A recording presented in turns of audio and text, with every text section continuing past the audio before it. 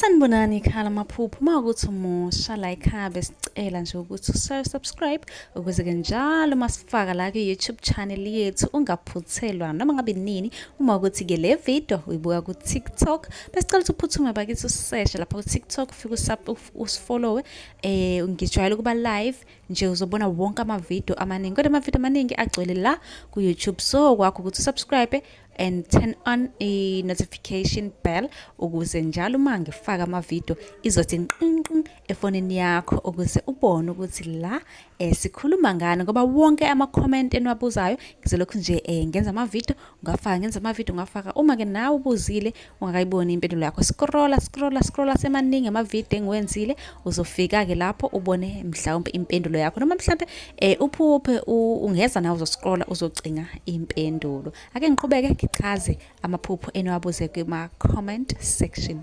Khona bhalile uthi mina nginokuphupha ofish basemanzi angcolile ngabe ke lokho kusho ukuthini?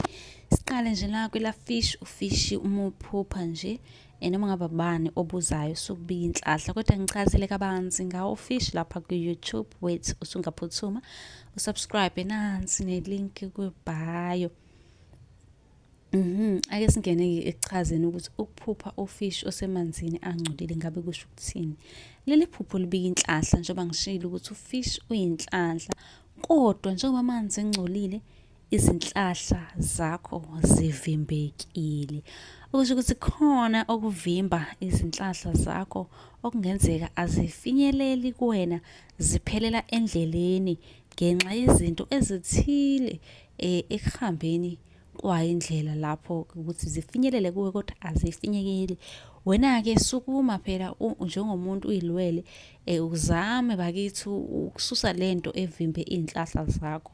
Ngicela ungi-inbox ucela number WhatsApp uzothola usizo ngokuphazima kweso. Uza ke nawe umbuzo ku comment ukuze sizokusiza. Ningakhohlwa ukusubscribe.